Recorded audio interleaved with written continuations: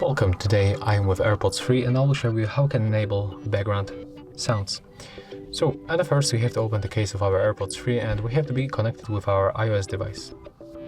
Next we have to go for the settings, find Control Center, and then we have to scroll down right here and add hearing shortcut.